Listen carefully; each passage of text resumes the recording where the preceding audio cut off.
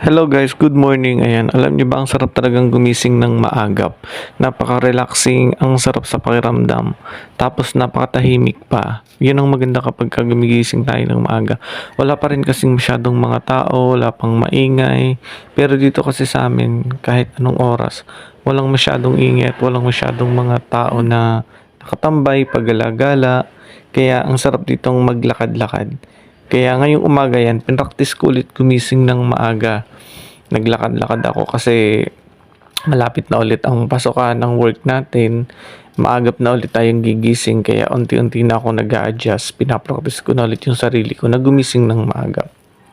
Ayan. So, pagkatapos ko maglakad-lakad, nagpa tingin-tingin tayo dyan sa mga paligid. Ayan. Pumasok ulit ako ng bahay. So, bali ganito nga pala yan sa amin dito. Yan. Napakatahimik. Walang katao-tao. Walang maingay, walang magulo.